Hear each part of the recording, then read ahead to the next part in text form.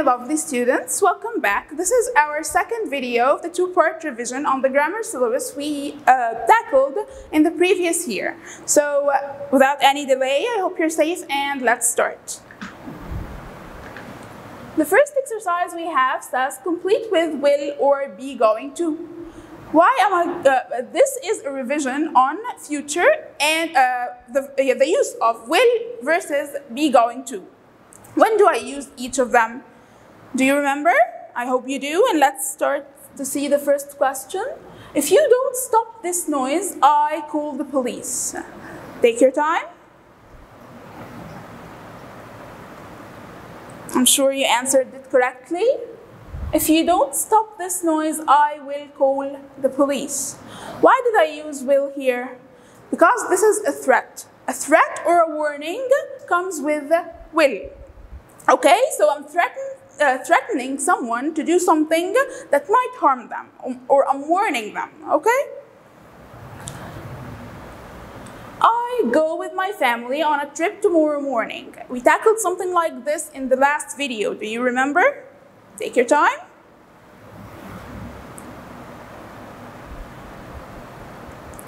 Nice work. I'm going to go with my family on a trip tomorrow morning. Why did I use be going to here? Because this is a future plan like we said before. I think it rained today. Take your time.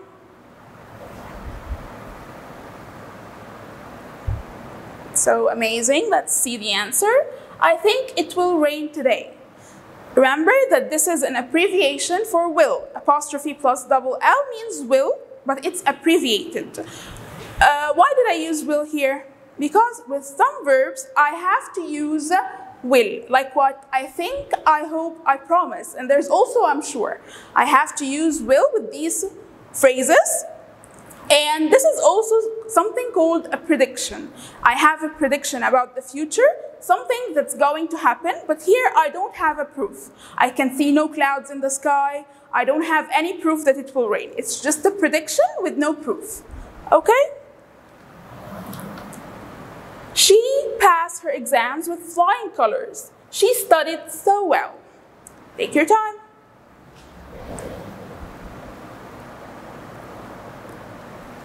Nice work. She is going to pass her exams with flying colors. She studied so well. Why did I use is going to pass here? Because this is a prediction, but unlike the last sentence, this is a sentence that has proof.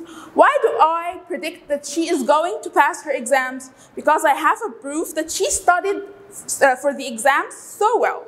She was amazing with studying like you are, and she is going to pass her exams. If you pass the exams, I promise buy you a new mobile.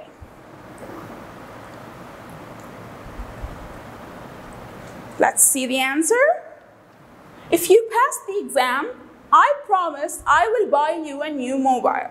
We said it before in the last slide with promise and promises in general. I use I will with promises, okay? Space, you come to my party tonight. Take your time.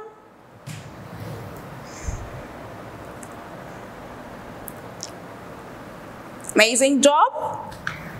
This sentence can be solved in both ways. It can come with am going to or going to plus infinitive, and it can come as will plus infinitive. Why? Because I have two reasons for that. In the first one, when I use will, this is a request. I'm asking someone to come to my party. Will you come to my party? I'm inviting them. I'm requesting they come to my party.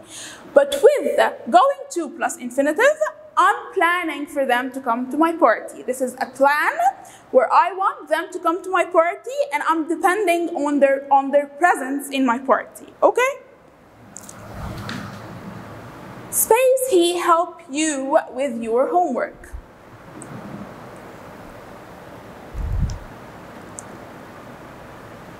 Amazing work. Will he help you with your homework? Why did I use will here? It's a request. Okay, I'm requesting his help in my homework. I need his assistance. Okay? I have a headache. I take some medicine. Take your time. Super work. I have a headache.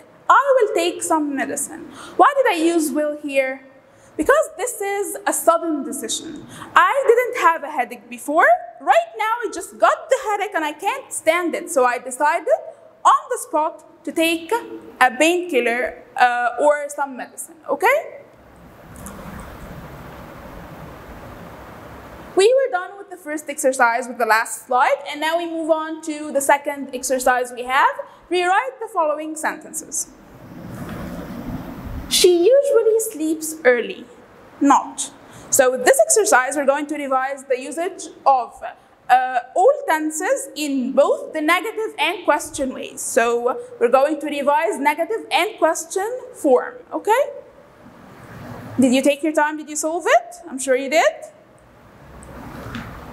She doesn't usually sleep early.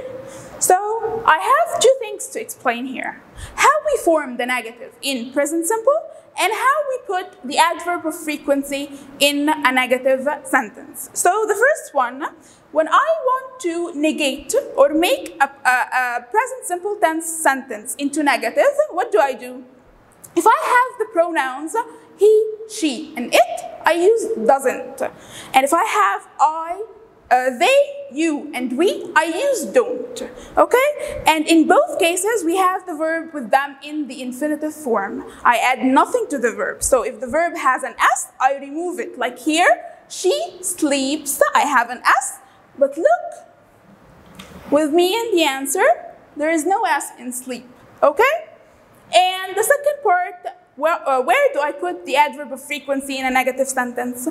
I put it just before the verb, okay? So she doesn't usually sleep. It separates the verb from the auxiliary, or doesn't or don't. So doesn't usually sleep.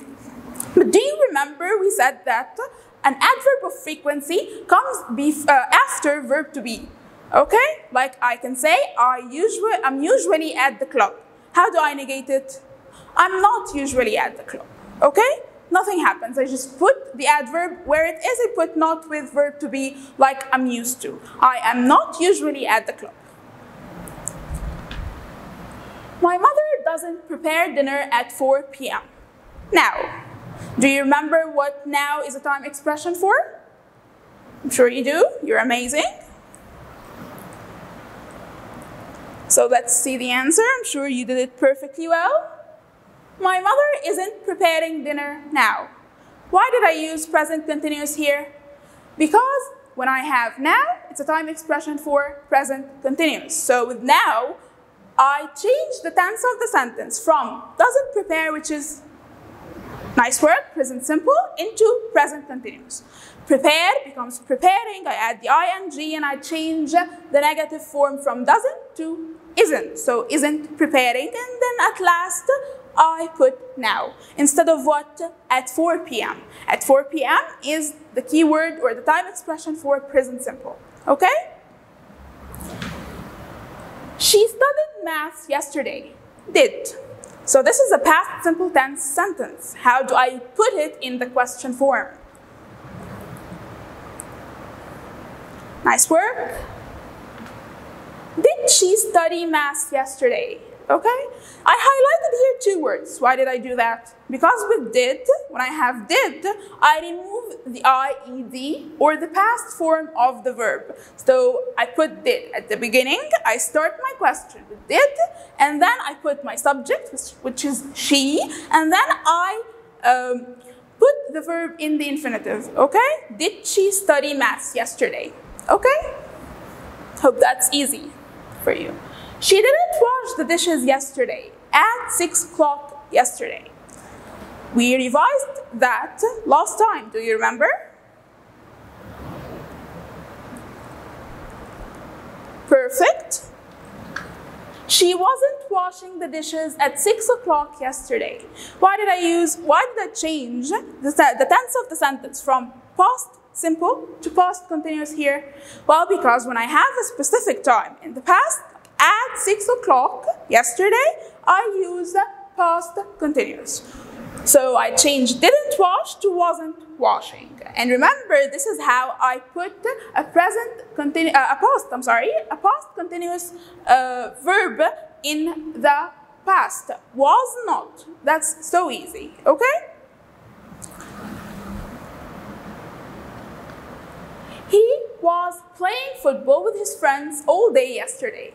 What? So this is a WH question word. Do you remember where we put it and how we put negative with it? Sure you do? You're perfect.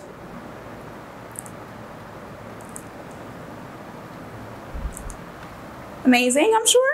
What was he doing all day yesterday, or what was he playing all day yesterday? I put the WH question word at the beginning of any question, and then I move on with my question as usual. Like here, I put was plus subject plus the verb in the ing form. Was he doing? Like I'd usually do in any kind of question.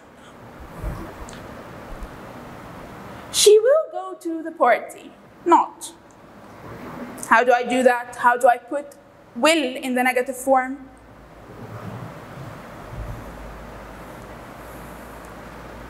Nice work. She won't go to the party. So when I want to put will in the negative form, I put not along with it. But I don't say will not. I usually say won't. It's easier. It's a lot easier to say, okay? And that's the way I put it. She won't go to the party.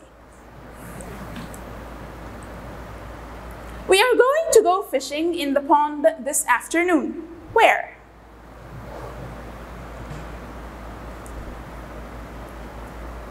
Amazing job again. Where are you going to go fishing this afternoon, or where are you going to go this afternoon? I put the WH question word at the beginning, and then I move on with my question as usual. Are you going to go? So I put my verb to be or auxiliary part of the verb at the beginning, and then the subject plus going to plus infinitive, okay? That's super easy. I'm sure you can understand it very well. My mom is thin and my dad is fat. Then, this is comparative. If you remember, we tackled it last video. Can you do it? I'm sure you can.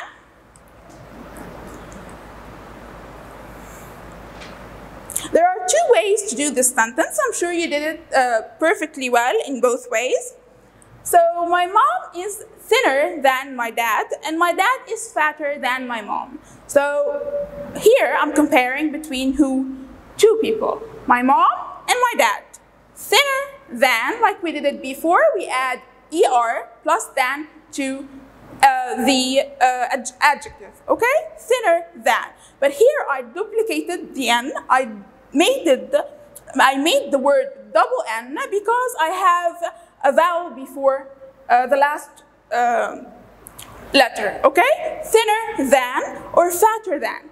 Both adjectives have the same rule. I have a vowel before the last letter, so I doubled the last letter. So thinner than, fatter than, okay? This is the end of our video. Thank you very much.